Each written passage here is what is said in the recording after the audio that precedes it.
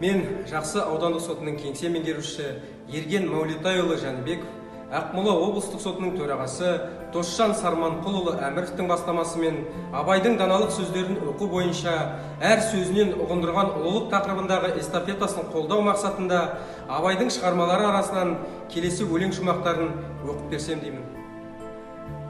Осы қымыз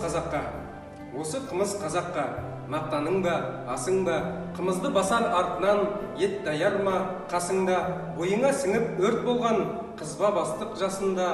қызылсыз семіз жас қымыз бір үлкен борыш басында,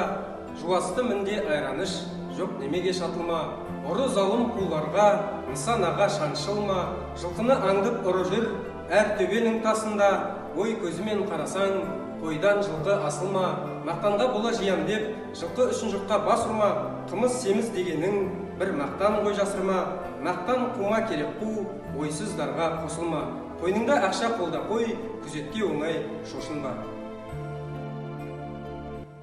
Абай Құнанбайұлының 175 жылдығына орай бастау алған осы эстафетаны жалғастыруды сот саласындағы әріптестеріме жолдаймын.